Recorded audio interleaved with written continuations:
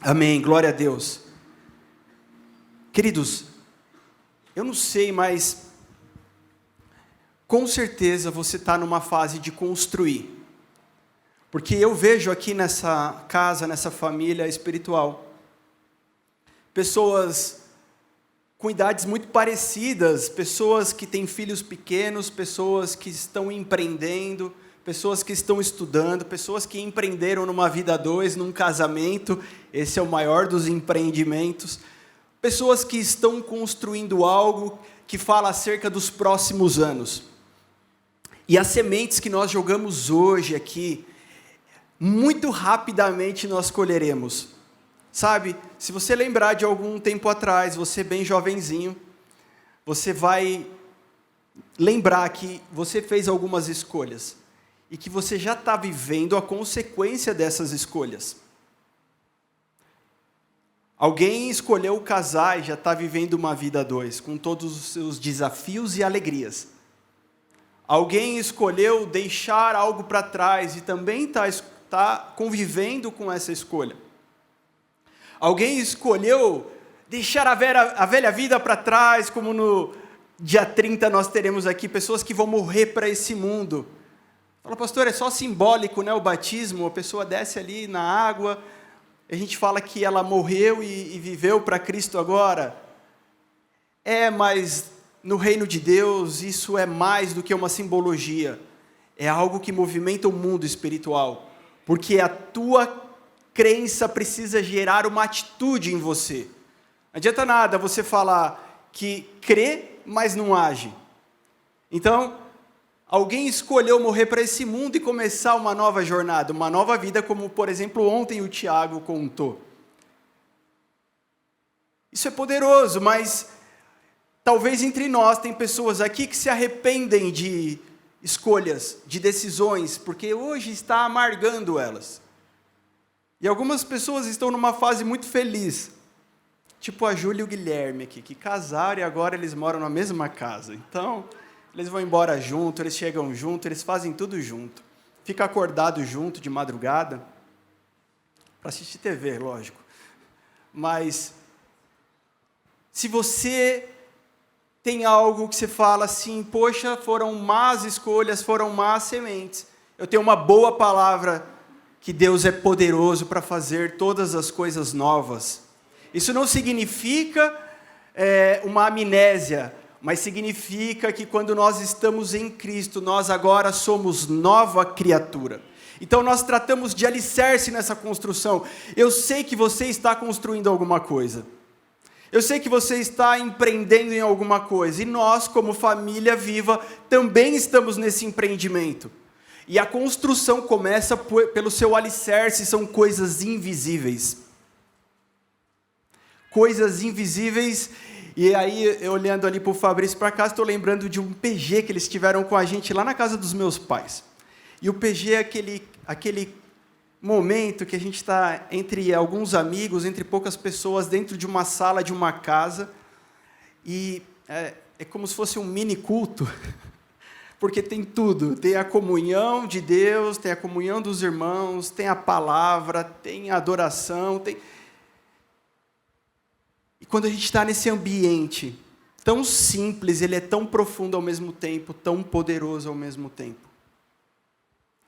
Então, queridos, tem coisas que são construídas em lugares simples e em lugares até invisíveis, que ninguém vai ver quando passar, mas aquilo vai garantir que naquele lugar suba um edifício muito bem construído, muito alto.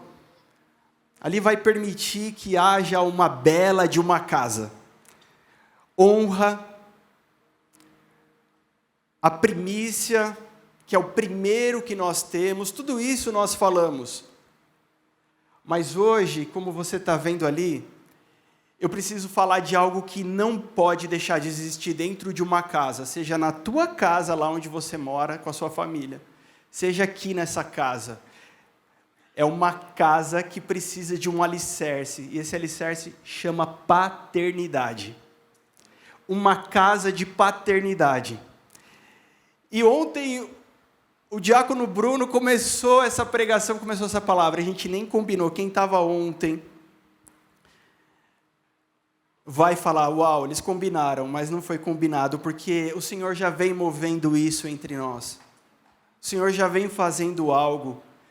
E mesmo que você chegou aqui hoje, pela primeira vez, eu sei que se você chegou aqui, é porque Deus já tem feito algo no teu coração. Deus já está construindo alguma coisa em você, talvez até sem você perceber. Mas hoje é uma noite de trazer luz, é uma noite de tornar claro.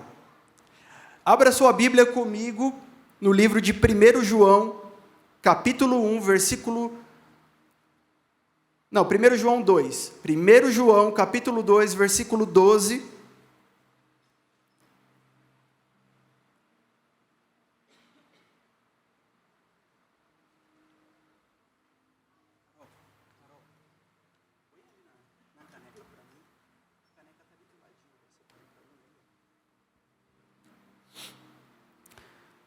Você achou 1 João, capítulo 2, versículo 12? A gente vai ler até o 14, diz assim: Filhinhos, escrevo a vocês porque os seus pecados são perdoados por causa do nome de Jesus.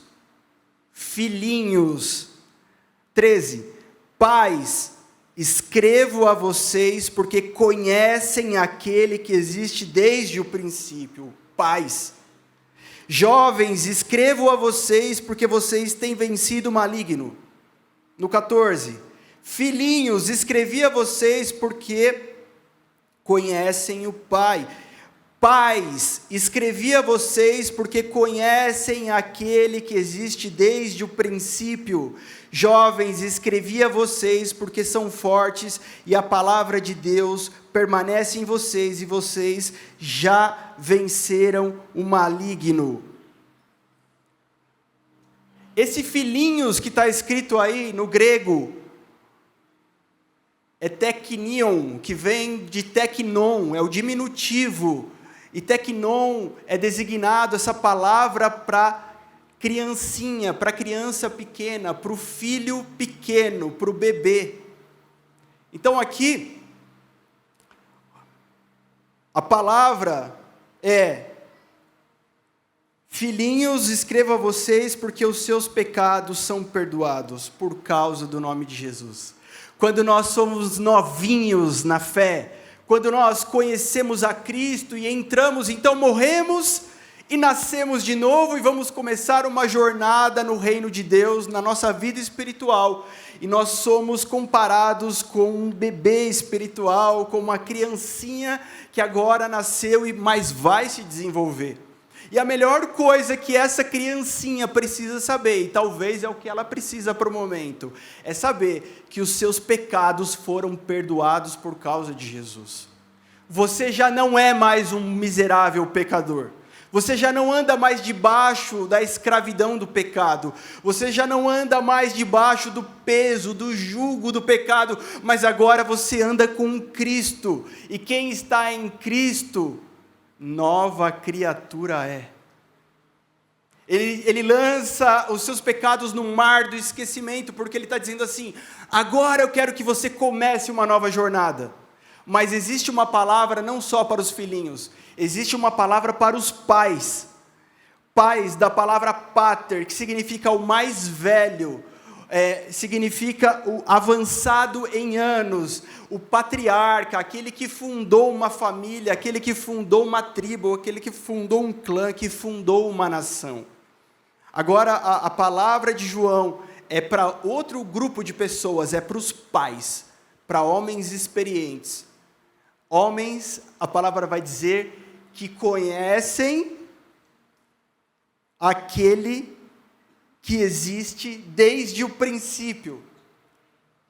Obrigado. Você vai ver que, lendo do versículo 12 até o 14, a única frase que não muda é a direcionada aos pais. Ele mantém a mesma fala para os pais, dizendo: pais, eu escrevo para vocês, porque vocês são aqueles que conhecem aquele que existe desde o princípio. Aqueles que conhecem a Deus na sua profundidade. E esse conhecer vem da palavra gnosco. É assim que fala? Ou é gi? ginosco, gnosco. Esse conhecer é mais do que conhecer na nossa língua portuguesa. Eu conheço a Manu e o Tiago. Não é esse conheço. Esse conhecer aqui era empregado para um homem e uma mulher que tem relacionamento íntimo. Temos menores de idade aqui, você entendeu? É a relação entre o homem e a mulher, é o conhecer. É um conhecer de intimidade, é o conhecer de agora ser uma só coisa, está misturado, se torna uma só coisa. Então, os pais são aqueles que têm intimidade com Deus. Os pais são aqueles que conhecem a Deus. Deixa eu te chamar a atenção para uma coisa. Muitas vezes você ouviu que você é um filho amado de Deus, que você é uma filha amada de Deus. Muitas vezes você foi ministrado na paternidade de Deus sobre você. Você recebeu disso como um bom filho, mas o que Deus está falando conosco hoje, que Deus está trazendo para nós, igreja, é que nós, como filhos, vamos sendo amadurecidos a tal ponto de agora também sermos pais. Amém? É isso que Deus está falando conosco. Salmo 127 vai dizer assim, que os filhos são herança do Senhor, são como flechas na mão de um guerreiro. Se os filhos são herança do Senhor, é algo que o Senhor se agradou em entregar para nós. Quando nos tornamos pais, recebemos uma porção que vem direto de Deus, que vem direto do céu. E agora nós somos comparados, quando nós temos filhos, como um guerreiro, e esses filhos são comparados com uma flecha. Imagina um guerreiro que, pensa lá na idade medieval, pensa lá na idade antiga, quando eles iam para a guerra com arco e flecha. Se ele fosse só com arco e não fosse com a flecha, não teria eficiência nenhuma, não teria eficácia nenhuma, não teria poder de ataque. Deus deseja nos dar poder de ataque. Deus não deseja que você apenas saiba se defender muito bem. Deus deseja que você saiba atacar muito bem também, como um bom guerreiro. E essas flechas precisam ser cuidadas. Elas precisam ser bem guardadas, elas precisam ser bem afiadas, elas precisam estar no lugar certo, porque no seu momento certo, ela pode ser facilmente tirada da aljava e ser lançado para o seu propósito. Em Gálatas 4,19, Paulo fala assim, meus filhinhos, por quem de novo sofro as dores de parto, até ser Cristo formado em vós. Esse filhos, meus filhos, por quem de novo sofro, é da mesma origem do teknon, referindo a crianças, a bebês, aos pequeninos. Paulo ele vai tratar com a igreja como pequeninos, mas no Novo Testamento essa expressão também é usada para o discípulo que chama carinhosamente, para o mestre que chama carinhosamente o seu discípulo. É uma expressão de afeto e de proximidade que ele tem com o seu discípulo. Quando algo é usado de forma errada, pode causar um grande estrago. E o assunto paternidade na igreja brasileira, muitas vezes, foi usado de forma errada, de forma exacerbada. Veja, o próprio Jesus, ele fala, não chame a ninguém de pai, senão Deus. Ele aponta para o Pai. Mas no Novo Testamento ali, quando nós vemos o mover apostólico, e a gente vê Paulo, por exemplo, chamando Timóteo de filho, a gente vê essa expressão filhinhos, é necessário a gente entender o lugar que isso tem. Paulo considera Timóteo como um filho, no lugar de um bom discípulo. Não é que Paulo estava tentando suprir a lacuna do pai de Timóteo. Não sei se você consegue me entender. O esforço de Paulo, A caminhada de Paulo não era para suprir a figura do pai de Timóteo, mas era para ser um bom mestre e um bom discipulador. E aí, algumas igrejas têm esse lance de chamar o pastor, ou o apóstolo, o bispo de pai, né? A gente não usa isso. Mas pai é aquele que assume responsabilidade. Pai é aquele que paga a conta. Pai é aquele que está lá no hospital no dia mau, no dia da enfermidade. Pai é aquele que está pronto para qualquer coisa. E nesse sentido, muitas vezes você se identifica com a figura de um pastor, de um líder, sim, está tudo bem. Mas nós temos um pai. Ele é o nosso pai. Só ele é o nosso pai. Só ele é o bom pai que nós precisamos. E é importante a gente deixar isso muito bem fundamentado entre nós. Porque entre nós somos o que, igreja? Irmãos. Nós somos os irmãos. E uma grande dificuldade que uma igreja pode encontrar é justamente nesse relacionamento entre irmãos, no amor fraternal.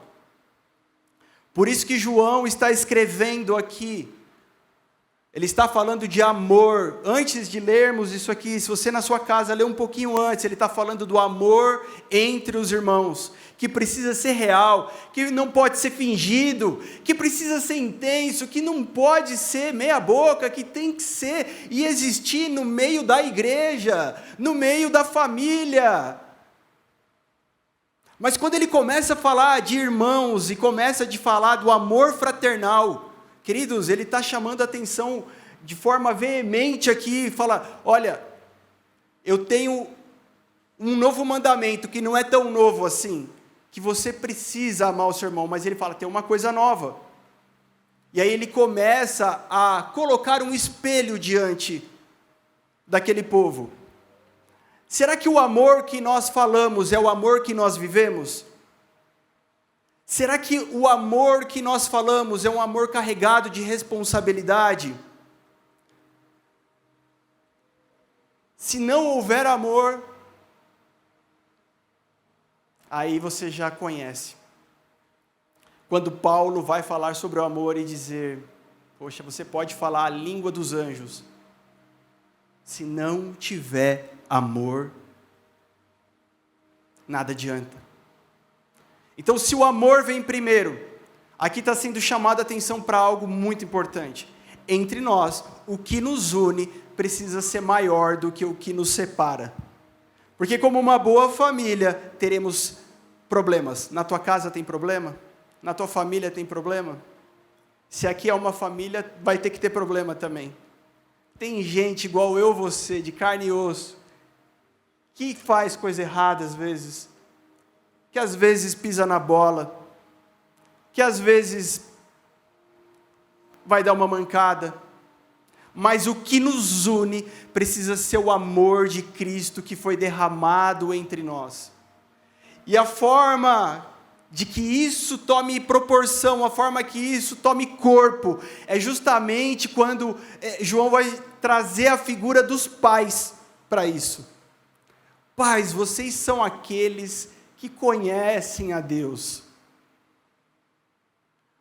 Pais, essa família precisa de você, porque nós somos aqui todos irmãos, mas à medida que nós vamos amadurecendo, nós vamos tomando a responsabilidade de pais. Amém?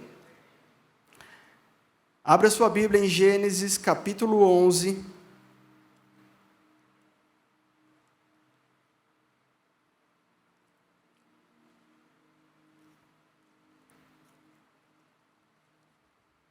Versículo 31.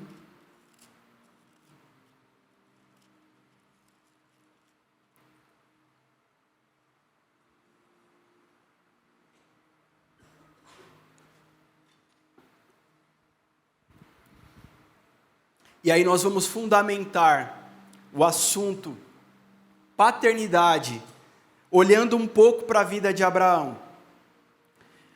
Gênesis 11, 31 diz assim: Terá tomou Abrão, seu filho, e Ló, filho de Harã, filho de seu filho, e Sarai, sua nora, mulher de seu filho Abrão, e saiu com eles de Ur dos Caldeus para ir à terra de Canaã. Foram até Harã, onde ficaram, e havendo Terá vivido 250 anos ao todo, morreu em Harã. 12, versículo 1. O Senhor disse a Abraão: saia da sua terra, da sua parentela e da casa do seu pai, e vá para a terra que eu lhe mostrarei. Farei de você uma grande nação, e o abençoarei, e engrandecerei o seu nome. Seja uma bênção. Abençoarei aqueles que o abençoarem, e amaldiçoarei aqueles que o amaldiçoar. Em você serão benditas todas as famílias da terra. Partiu, pois, Abraão, como o Senhor lhe havia ordenado, e Ló foi com ele. Abraão tinha 75 anos quando saiu de Harã. Abraão levou consigo a sua mulher, Sarai, o seu sobrinho Ló, todos os bens que havia adquirido e as pessoas que lhe foram acrescentadas em Harã. Partiram para a terra de Canaã e lá chegaram. Abraão atravessou a terra até Siquém, até o carvalho de Moré. Nesse tempo, os cananeus habitavam essa terra. O Senhor apareceu a Abrão e lhe disse: darei essa terra à sua descendência. Ali Abrão edificou um altar ao Senhor que lhe tinha aparecido. Passando dali para o monte a leste de Betel, tomou a sua tenda, ficando a Betel a oeste e Ai a leste. Ali edificou um altar ao Senhor e invocou o nome do Senhor. Depois Abrão partiu dali, indo sempre na direção do Neguebe. Vamos lá. Nós começamos lendo Gênesis 11, 31, que conta da história do pai de Abrão. Terá toma o seu filho Abrão, toma a sua nora, a mulher de Abrão, toma o seu sobrinho Ló, toma todas as coisas e sai da terra que ele estava rumo a um destino, rumo a um objetivo. Amém? E qual era o objetivo? A terra de Canaã. Mas aonde é que Terá para? Foram até Harã, onde ficaram. Então, Terá tinha um lugar para chegar, mas no meio do caminho ele para em Harã. E ali a palavra fala que ele vive e morre ali. Todo pai tem um destino, tem um lugar para chegar. Mas o pai de Abraão não chegou. E porque o pai de Abraão não chegou, Deus olha para Abraão e chama Abraão. Deus fala assim: Abraão, o meu negócio é com você. Eu tenho um chamado para a sua vida, e esse chamado é que você saia do lugar aonde você está, rumo ao objetivo, rumo ao destino que já foi estabelecido um dia. E Abraão, ainda é Abrão, não é Abraão ainda, porque ainda não havia sido mudado seu nome. Abraão simplesmente sai daquele lugar de Harã, e qual é a palavra? Vai para a terra que eu te mostrarei. E aí eu preciso construir com você algo aqui. Hoje o Senhor está tratando de um amadurecimento sobre a tua vida. Hoje o Senhor quer colocar um marco aqui na nossa casa, na nossa família. Um marco de amadurecimento. Hoje o Senhor quer colocar um marco de amadurecimento, de ir para o próximo passo na sua casa também, na sua vida também. E quando vem essa realidade, quando vem essa palavra de Deus, a primeira coisa normal de acontecer é sentir medo. Medo diante da missão. Medo diante do grande desafio. E quando o Senhor se apresenta a você e traz essa grande missão, esse grande desafio, você começa a olhar para trás, você começa a olhar e dizer assim: como é que eu vou? Eu não tive ninguém que foi lá. Como é que eu vou chegar num lugar onde eu não aprendi a chegar? Ninguém me ensinou como chegar nesse lugar. Ninguém me ensinou como é esse lugar.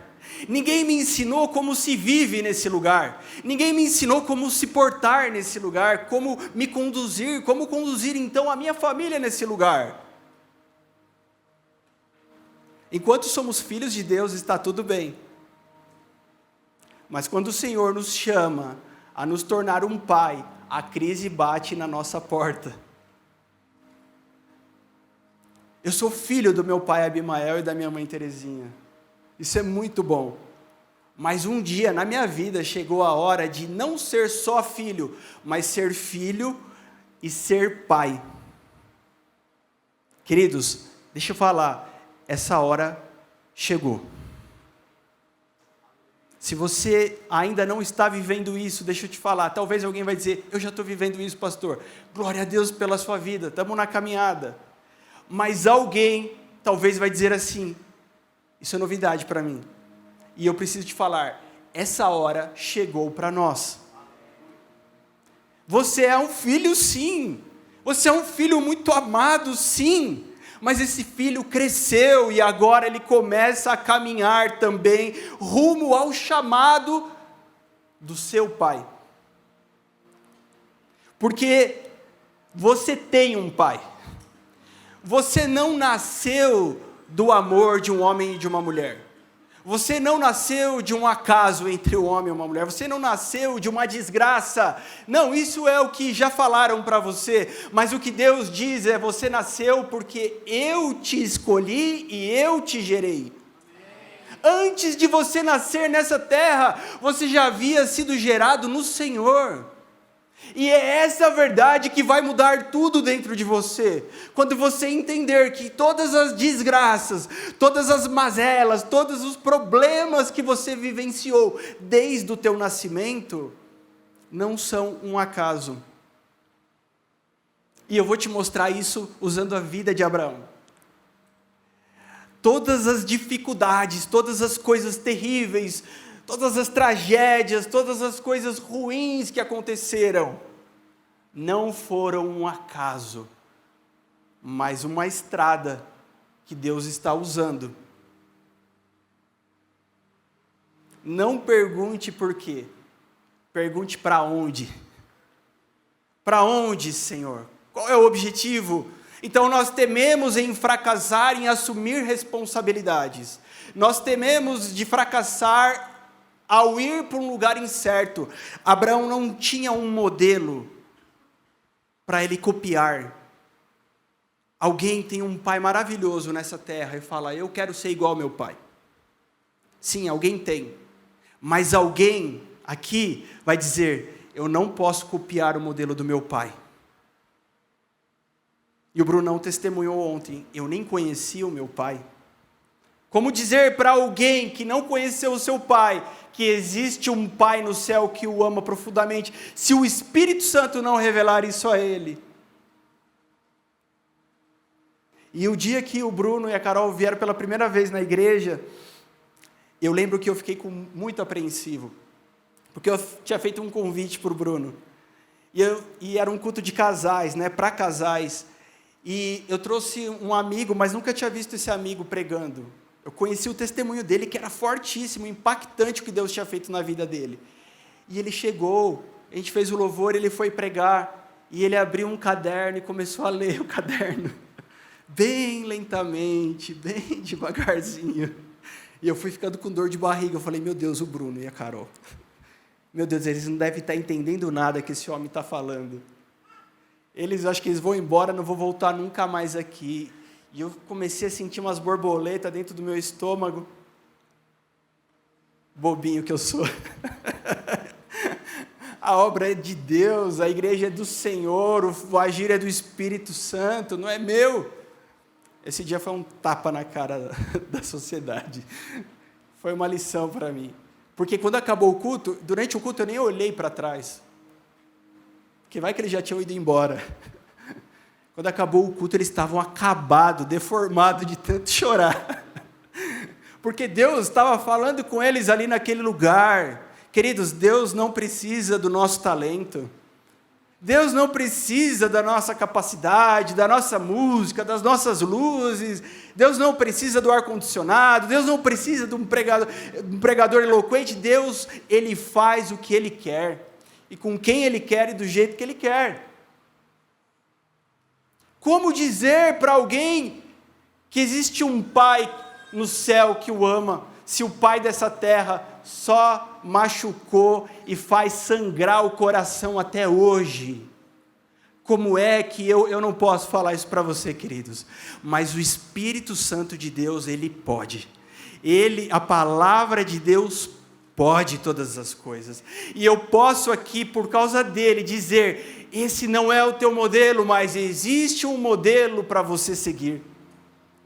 Mas eu já fiz muita coisa errada, eu já fracassei muito, eu nem quero assumir essa posição, essa postura. Hoje é o dia que Deus está nos chamando para o seu colo, porque o Pai corrige no colo, o Pai arruma as coisas ali, na sua presença. Sinta-se abraçado pelo Senhor essa noite, sinta-se, sabe, de verdade no colo do Pai essa noite. Então, agora, Abraão precisa dizer sim ou não para Deus. Mesmo com medo, ele diz sim. Tá bom, Deus, eu vou. Para onde? Vai indo que eu vou te mostrar. Você já passou por isso? Você precisa ir. Para onde? Não sei. Às vezes, querido, Deus não fala para onde. Ele só fala assim, vai. Porque é no caminho que Ele vai mostrar. Sem fé é impossível agradar a Deus. Alguém acha que fazer boas obras agrada a Deus. Alguém acha que ser bonzinho agrada a Deus. Mas o que agrada a Deus é a tua fé, a tua crença e a tua total obediência no que você acredita. Então, ele diz sim, e ele vai. Ele não é mais um menino, ele não é mais um jovenzinho, o seu pai já morreu, agora ele é um homem, ele toma a sua mulher. Ele toma o seu sobrinho, e aí é o primeiro erro de Abraão. Porque Deus falou o que para ele? Sai da sua casa, da sua parentela. Deus dá uma ordem expressa. Sai e deixa tudo para trás. Abraão faz uma coisa certa, faz uma coisa boa, corresponder a Deus. Mas no meio da coisa boa, ele dá um jeito de customizar, de personalizar.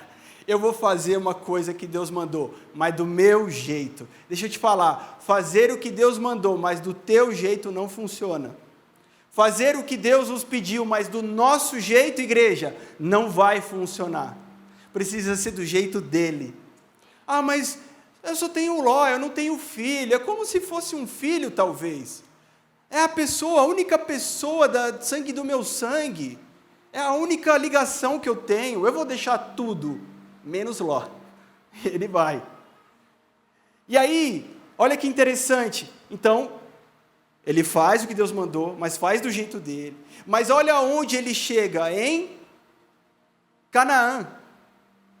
Fala assim, mas eu não vi em nenhum lugar Deus mandando ele para Canaã. Mas ele já sabia o que tinha que ser feito. Ele já sabia qual era o lugar de chegada. Ele já sabia. Eu vou te falar uma coisa, não sei se vai te chocar. Você está perguntando para Deus porque você quer que Ele mude a resposta, mas você já sabe qual é a resposta. Você já sabe o que Deus falou sobre a sua vida. Você já sabe o que Deus determinou e aonde Ele te quer. Você fica perguntando para ver se Ele muda a resposta. Ele não vai mudar. Já havia algo que Deus tinha determinado. Já havia lá, se você voltar, Gênesis capítulo 3, você vai ver que existe algo mais profundo. E o porquê ir até Canaã. Terá e Abraão são descendentes de Sem. Lembra da história de Noé? Quando Deus olha a maldade da terra, Ele envia um grande dilúvio. Ele avisa Noé, eu vou acabar com a raça humana, essa raça não está servindo para mais nada, eu não consigo fazer mais nada. Mas aí Deus guarda Noé e a sua família. E da descendência de Noé tem Cão, Sem e Jafé. São esses homens agora que vão povoar a terra. E aí existe uma história muito legal por trás disso que eu vou te incentivar a ler e a descobrir o porquê. Então eu não vou pregar sobre isso. Se quiser, pede para o pastor Júnior, ele me contrata mais paga o cachê do domingo que vem. Brincadeira. Aí, existe uma palavra determinada, então, para onde deveria ir.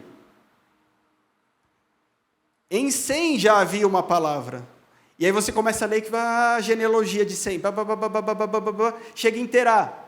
Fala, agora vai. Até agora não foi para onde tinha que ir, mas agora vai. Aí Terá, para em Harã, não vai. Mas Deus chega e fala assim, bom, eu vou mexer esse negócio e a história não vai ficar parada. Vamos dar continuidade. Abraão, é você que vai para Canaã. E ele vai. Então Deus está dizendo assim, talvez a sua família inteira, as pessoas não foram. As pessoas pararam no meio do caminho, as pessoas desistiram, as pessoas escolheram outros caminhos, mas em você eu estou chacoalhando agora a história e dizendo, vamos continuar, porque precisamos ir para o destino. Em Abraão existe algo que um pai precisa ter: obediência, coragem.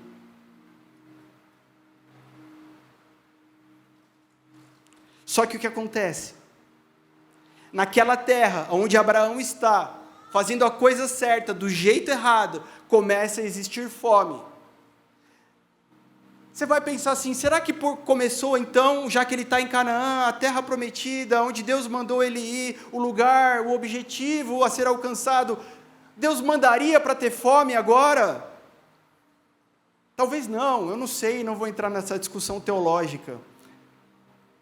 Mas ele tinha algo com ele que fazia com que tudo ficasse bagunçado e fora do lugar, que era descumprir uma ordem de Deus.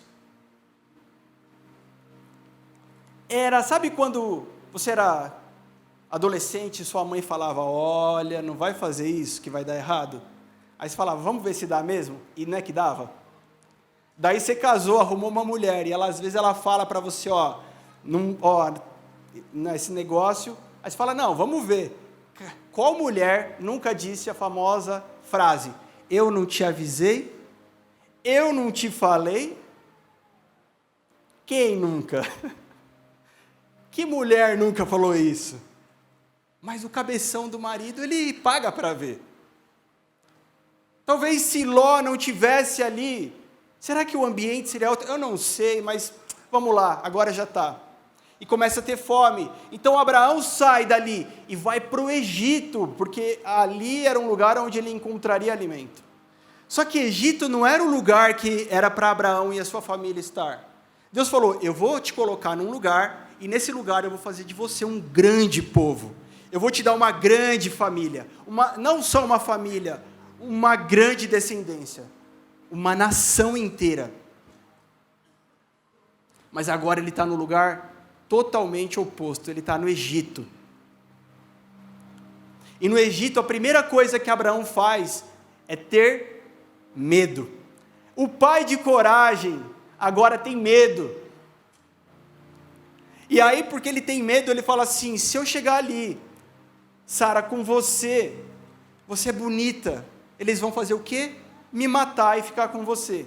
Então faz o seguinte, você vai falar que é a minha irmã, e a gente vai contar essa história, porque se o faraó colocar os olhos em você, ele vai te querer, e eu vou morrer. Mas se eu for o teu irmão, ele vai me dar todos os favores do rei, do faraó. E eles fazem isso, ela falou, tá bom, se você quer, então tá bom. E quando eles chegam lá, é exatamente isso que acontece. E a primeira coisa que o medo de Abraão faz, é ele sair da posição de marido, de esposo. Agora ele faz de conta que ele é só o irmão da sua esposa. O medo deforma, O medo nos torna quem nós, na verdade, não somos. Mas o instinto de sobrevivência de Abraão, e aí, quantas vezes nós estamos vivendo só pelo instinto de sobrevivência? Eu preciso fazer isso porque senão não vai dar certo. Se eu não fizer desse jeito, eu sei que o resultado vai dar errado. Se eu não agir dessa forma, se eu não der um jeitinho, se eu não dar uma ajudinha para Deus, não vai rolar. E aí nós abrimos mão de quem nós somos. Deixa eu te falar outra coisa. Só vai existir um pai depois de existir um esposo. Só vai existir um pai depois de existir um marido. Um menino pode fazer um filho? Pode. Mas ele não vai ser um pai. Mas o esposo é aquele que já está habilitado para ser o pai. Porque Deus confia primeiro alguém a você. Deus vai dizer a Abraão, eu confio essa mulher para você. Lógico, Deus não é bobo. Falar, cumpre essa tarefa. Porque depois eu vou te dar outra tarefa, muito mais difícil. Eu vou te dar um filho. Cumpre essa tarefa, porque eu quero te dar uma nação inteira. A gente precisa dar os passos, queridos. Sem preguiça, sem desanimar, dar passo por passo. Então, o que acontece é justamente isso, mas Deus vai concordar com isso? Deus não vai concordar. Quando você sai do propósito de Deus, Ele não vai deixar tudo bem. Começa a vir maldição sobre o Egito, e Faraó fala, não, tem coisa errada. Faraó já se liga e manda chamar Abraão. Fala, por que você me enganou, dizendo que essa mulher era sua irmã? Some daqui, eu não quero nem ela, nem você, sumam daqui. Só que nessa, o que Faraó faz? Dá riquezas, dá animais, dá muitos suprimentos, dá muita coisa. E a palavra vai dizer que eles saem dali prósperos, ricos. Sai Abraão, Sara e Ló, o seu sobrinho. Você consegue imaginar isso? Deus manda você fazer algo, você faz algo tudo errado. Você fala, agora Deus não me ama mais. Você fala assim, pastor, eu não me sinto digno. Pastor, eu não acho que eu faço parte dessa história aqui, dessa família, não, porque aqui é todo mundo certinho, eu não sou. Abraão tinha feito toda a meleca, estava todo errado, ele esperava o quê? Só o fogo descer e queimar ele. E às vezes é como você se sente. Fala, cara, eu estou todo errado, mas existe o amor de um pai que move o seu propósito, e ele inclina o coração de Faraó para onde ele quer. Faraó podia ter mandado matar o cara que mentiu e a sua mulher, mas ele fala assim, eu não vou matar, some daqui e leva toda essa riqueza com vocês. Só que quando isso acontece, Abraão fala assim, caramba, eu não devia ter desobedecido a Deus. Eu desobedeci 2 vezes a Deus, levar Ló e mentir. Eu já vou começar a botar ordem nessa casa. Quando Deus te dá um livramento, já aconteceu com você? Quando Deus te dá um livramento, eu conheço gente que é assim, Deus dá um livramento, essa pessoa fica tão crente. Quando Deus, o cara toma aquele susto na vida, quase morreu, mas não morreu, foi por pouco. Quase perdeu a esposa, mas não perdeu, foi por pouco. Quase quebrou, Deus livrou, foi por pouquinho. Cara, esse cara fica crente. Ele quer ir nas campanhas, é que nem tem campanha. O cara quer ir na vigília, o cara está crente. E Abraão saiu de lá crente. Ele falou assim, eu preciso começar a arrumar minha vida. Sara, desculpa, mana. Você é minha mulher, você não é minha irmã. Eu vou te tratar como tal. Mas vamos resolver esse negócio? Vou dar um Pelé em Ló, porque ele não devia estar aqui. Ele chega para Ló e fala assim, Ló, essa terra não cabe nós dois. É muita riqueza para mim, muita riqueza para você, muitos animais para você, muito para mim, está dando bagunça, está dando treta, está dando confusão. Aí o que acontece? Ele resolve o problema, ele fala, Ló, vai. E já que ele era o responsável pelo problema, ele falou assim, vai para onde você quiser que eu vou para o outro lado. Ló, que não é bobo nem nada, tá bom, ele escolhe as campinas verdejantes, sentido a Sodoma e Gomorra, mas ainda estava tudo bem, ele falou, aquele é o melhor lugar para eu habitar. E Abraão olha para o outro lado e fala, é para lá que eu vou. Mais uma vez, ele sai andando. Mas agora ele tinha resolvido um problema. Ele tinha resolvido.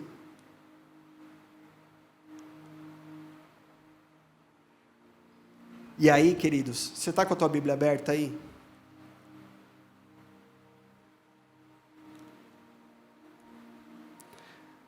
Gênesis 13, 14.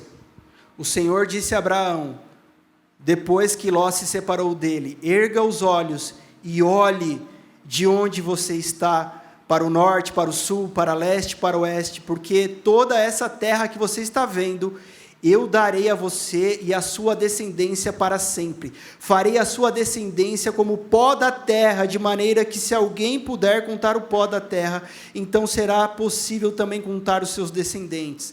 Levanta-se e percorra essa terra no seu comprimento, na sua largura, porque eu darei a você.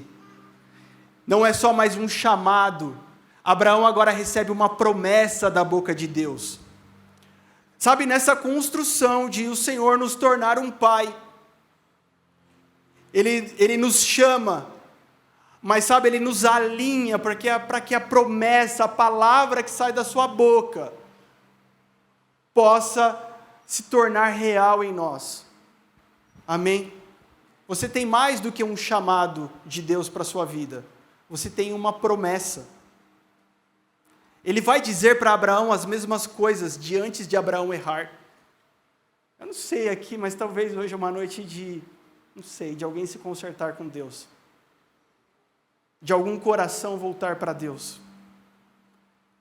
Porque Deus tinha uma palavra para Abraão, ele fez tudo errado.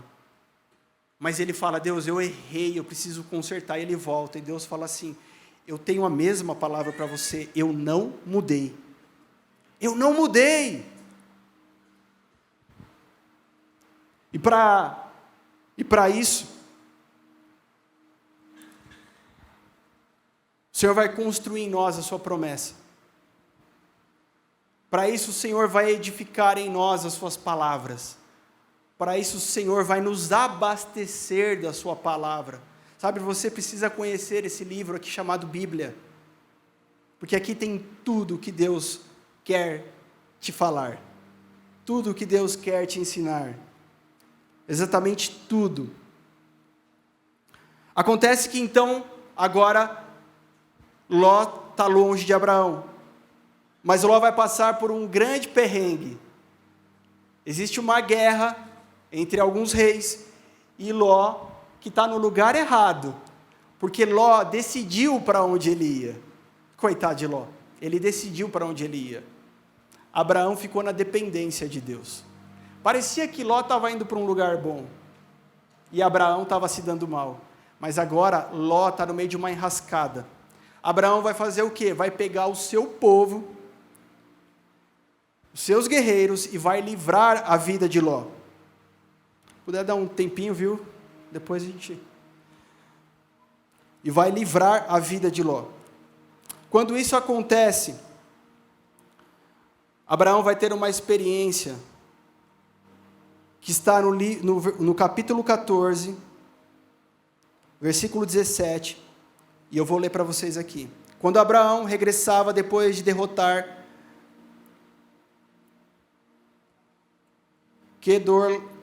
Quedorlaomer e os reis que estavam com ele, o rei de Sodoma foi ao encontro dele no vale de Savé, que é o vale do rei.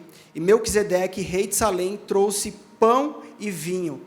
E ele era sacerdote de Deus Altíssimo. Ele abençoou Abraão e disse, Abraão, seja abençoado pelo Deus Altíssimo que criou o céu e a terra. E bendito seja o Deus Altíssimo que entregou os adversários de você nas suas mãos.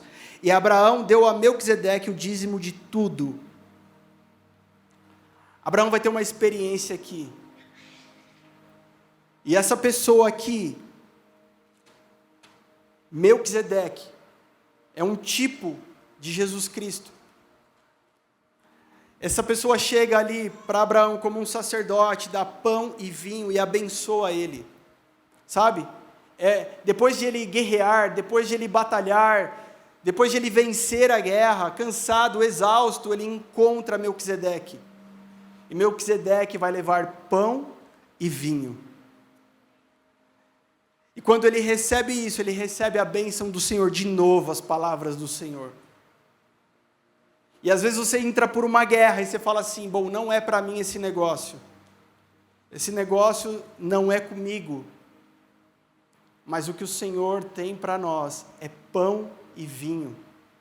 E quando ele se depara com essa figura, ele vai honrar essa figura. Lembra que falamos de honra? Um pai é um homem que carrega a honra. E aí ele vai honrar. E logo na sequência, capítulo 15, Deus vai fazer agora uma aliança com Abraão. Primeiro Deus chama Abraão, depois Deus dá uma promessa, e agora Deus faz uma aliança com ele no capítulo 15. Olha quantas coisas envolvem a construção dessa caminhada de um pai. Meninas, irmãs, isso é com você também.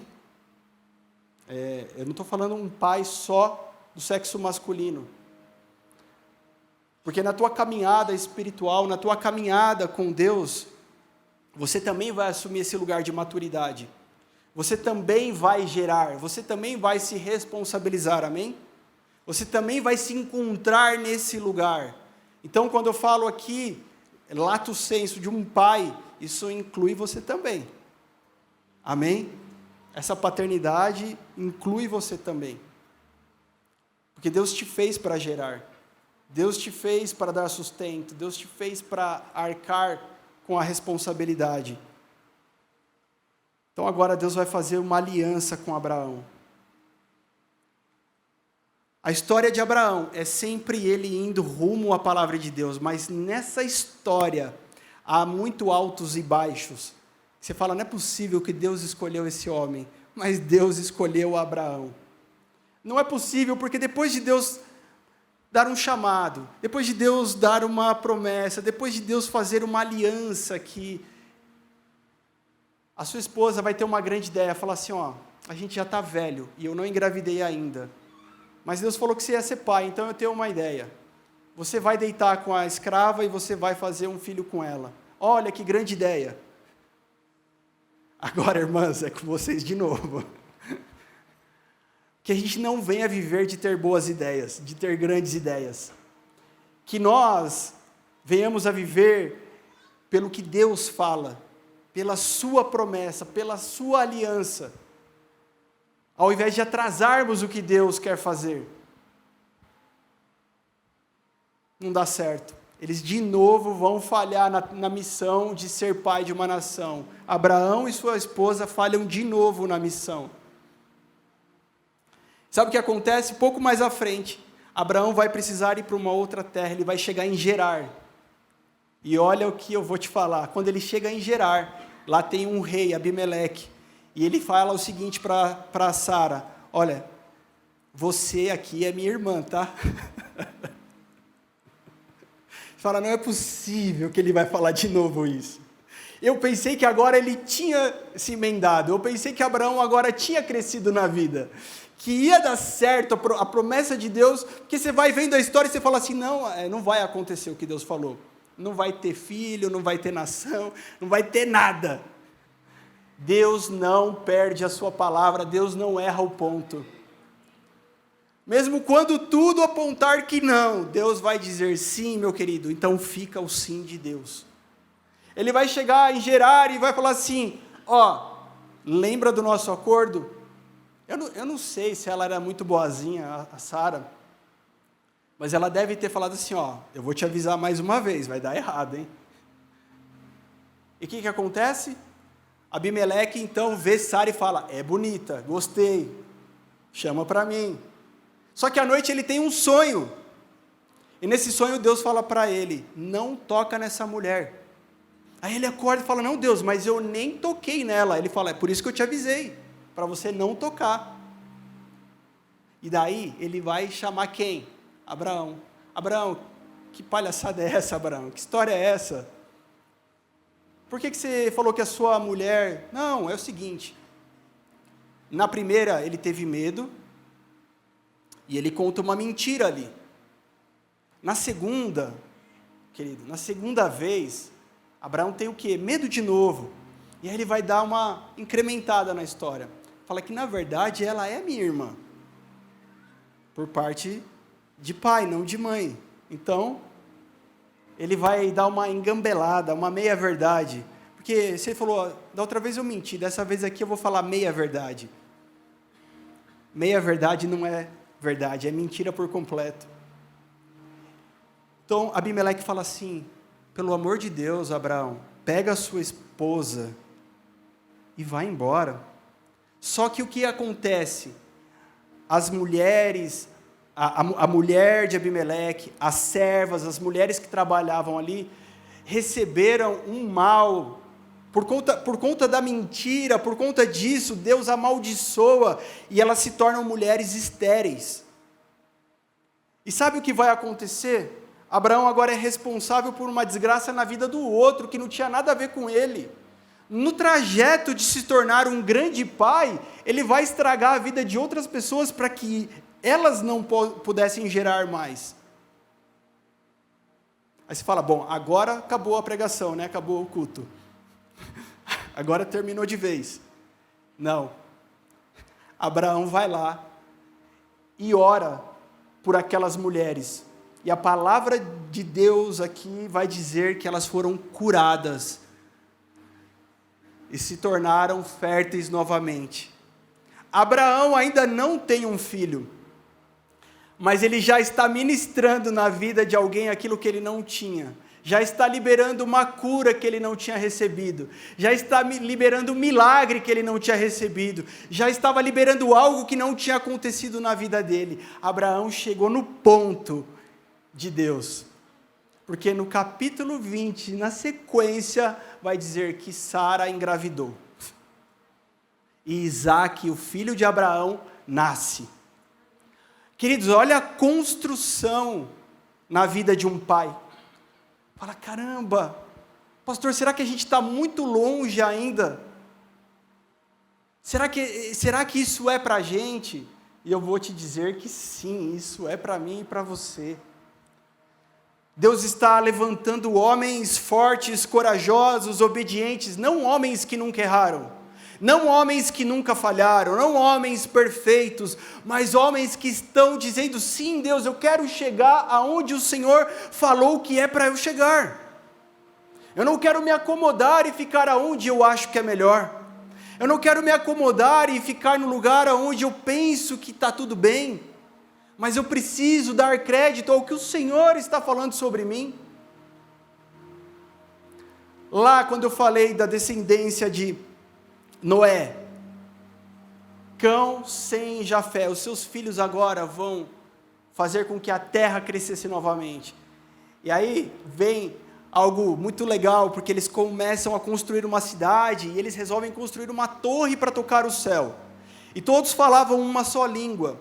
E ali na palavra de Deus vai dizer que eles planejavam coisas, eles tinham ideias, eles faziam, e eles pensavam, e quando Deus olha para aquilo e fala, caramba, olha o que eles estão fazendo junto, eles estão colocando as ideias dele em práticas, daqui a pouco eu não paro mais esses homens, Deus manda uma confusão nas línguas, cada um fala uma língua agora, e cada um vai para um lugar da terra. E Babel, na raiz da palavra, significa confusão. Então Deus olha para homens tentando fazer algo que planejaram e coloca confusão. Mas lá em Atos, alguns homens reunidos recebem do céu línguas totalmente estranhas, e quando eles falam, todo mundo entende. Agora não se trata mais de homens tentando fazer o que querem, mas homens dispostos ao agir do Espírito de Deus. Olha a diferença. Querido, para nós vivermos a nossa paternidade, nós precisamos sair de Babel, fazer aquilo que nós planejamos e queremos, e ir lá para Atos, no cenáculo, esperando o que Deus faria em nós. Amém? Sabe, é esse lugar que você precisa estar, é esse lugar que você precisa ficar. Romanos 8,14, pois todos os que são guiados pelo Espírito de Deus são filhos de Deus. Esse filhos aqui não é o tecnon, não é a criancinha. Esse filhos aqui é huios, o filho maduro, aquele que se parece com o seu pai. Sabe, quando nós somos guiados pelo Espírito de Deus e não pelas nossas vontades, não pelas nossas decisões, agora começamos a nos parecer com o nosso Pai, a tal ponto que Ele te dá uma missão, a tal ponto que Ele conta com você na missão. Se nós ficarmos aqui, recebendo, domingo após domingo, recebendo, o que faremos com isso? Você recebeu o leitinho quando era bebê, depois a papinha, depois arrozinho com feijão amassadinho, depois a carninha, você foi recebendo e um dia você precisou sair da sua casa e ter agora a sua casa, saiu do seu pai e da sua mãe para ter a tua, deixou de ser filho para ser pai, você mãe para ser uma mulher. O Senhor está dizendo: eu me agrado muito que vocês recebam, mas eu gostaria de contar com vocês para que vocês também dessem, para que vocês tivessem amor o suficiente para com os irmãos, a ponto de olhar para eles nas suas demandas e cuidar deles. Porque talvez nessa casa você já é um filho mais velho, mas tem um filho que acabou de nascer e precisa de ajuda. Tem alguém que está aprendendo a andar e precisa de ajuda. Tem um irmãozinho que está aprendendo a falar e não sabe ainda e precisa de ajuda. Então a gente não vem para receber, a gente vem para servir. Culto é serviço. Quando nós cultuamos, nós servimos. E se você entender que agora você não só recebe, você recebe sim. Quantas coisas nós temos testemunhados que recebemos do Senhor. E vamos continuar a receber, mas agora o nosso culto tem outra dimensão, o nosso culto é serviço, estamos servindo. Você não vai mais cultuar da mesma forma, você não vai cultuar da mesma forma. Quando a Júlia com o Paulo fala assim, abraça alguém que está do teu lado, você vai estar aqui para abraçar essas pessoas que chegaram pela primeira vez. Você não vai chegar depois para receber mais um abraço que você já tem recebido, entende? Se trata de que agora nossa mente recebe um virar de chave. Se a banda puder se posicionar. E se você puder ficar de pé, gostaria que você ficasse de pé, porque nós estamos encerrando. Sabe? Abraão agora recebe Isaac. E tudo que Deus havia prometido vai começar a dar os seus primeiros passos. Vai começar a acontecer. Tudo que Deus havia falado. Ele vai ver Isaac dando os primeiros passos, vai ver Isaac falando as primeiras palavras, ele vai ver Isaac correndo, ele vai ver Isaac brincando, ele vai ver Isaac crescendo, ficando bonito, ficando parecido com ele talvez, ele começa a encontrar algumas características em Isaac. Mas a história não para por aí, porque Deus vai chegar num determinado momento e falar assim, Abraão, esse filho Isaac que eu te dei, eu quero que você sacrifique ele para mim. Aí você fala, meu Deus, mais essa. E agora ele vai dizer assim, Abraão, aonde está o seu coração? Em mim ou no que eu te dei? E Abraão, ele vai e diz, Deus, aqui está Isaac, eu vou fazer o que o Senhor pediu, contrariando toda a lógica humana. Deus escolheu alguém maluco para ser o pai na fé, para ser o pai de uma nação. Alguém meio doido, alguém meio maluco e alguém que errou muitas vezes. E talvez você vai se identificar com Abraão. Você fala, cara, eu sou meio doido, eu sou meio maluco, já errei muitas vezes. Eu já falhei muitas vezes.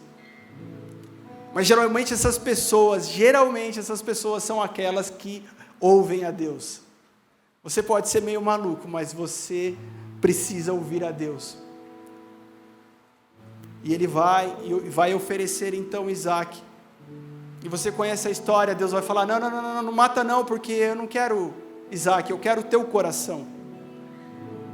Numa casa de pais, novos filhos podem vir. Sabe quando os novos filhos podem vir para cá, para essa família? Quando os novos pais assumirem o seu lugar.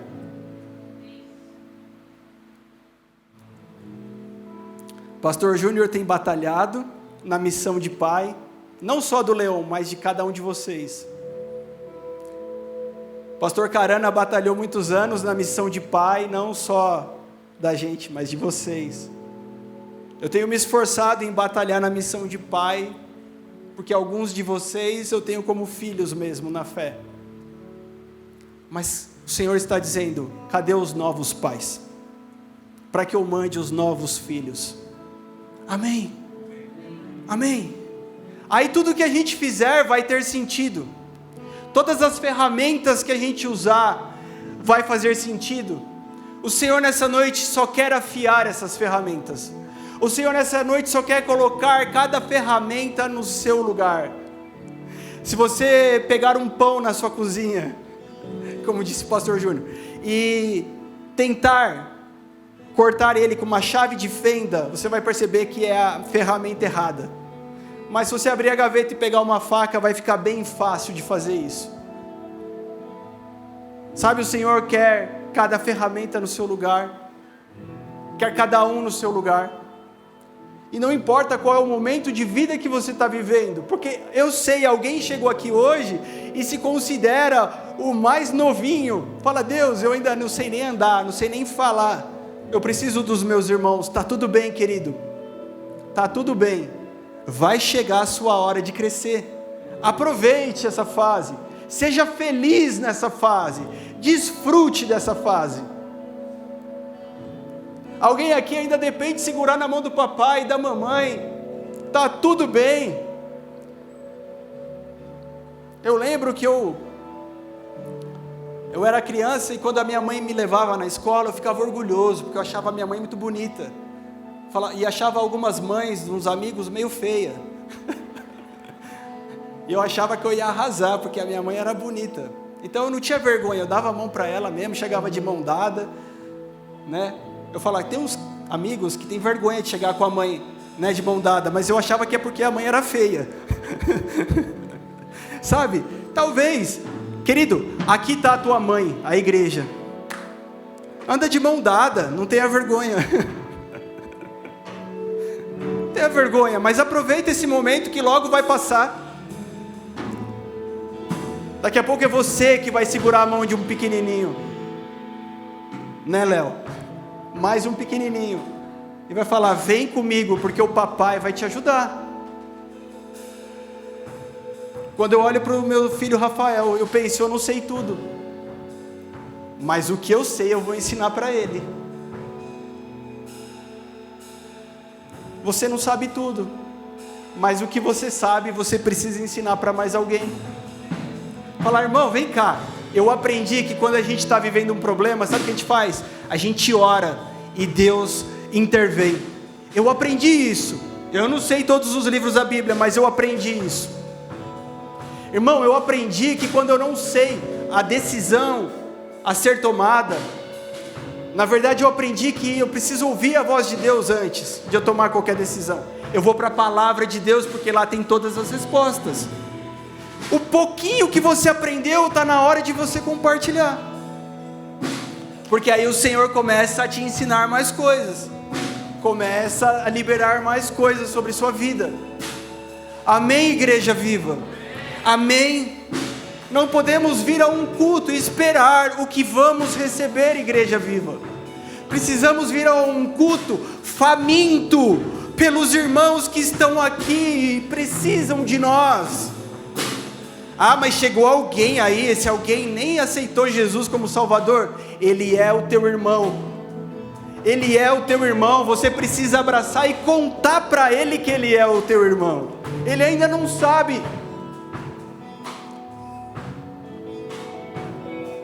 Mas o melhor de tudo é que nessa caminhada nós nos dispomos a nos desgastar nessa caminhada para chegar aonde Deus falou, para ser o pai que Deus falou que seríamos, mas ainda continuamos a ser os seus filhos amados. Ainda podemos sentar na mesa e desfrutar da sua presença, mas a diferença é que agora a gente não fica esperando Ele dar o papá na boca. Agora nós somos parecidos com esse pai, somos semelhantes, começamos a enxergar coisas em nós que é igual a dele e vice-versa. Aqueles que são guiados por Deus, pelo seu Espírito, são chamados de filhos de Deus. Eles não vão andar em temor mais uma vez, não vão, mas eles vão desfrutar da herança junto com Jesus Cristo. Amém? Amém? Fecha os teus olhos e entrega teu coração de vez para Deus agora, antes de acabarmos esse culto. Não deixe essa noite ser perdida. Não deixe essa noite, essa construção ser perdida. Derrama o teu coração para o Pai.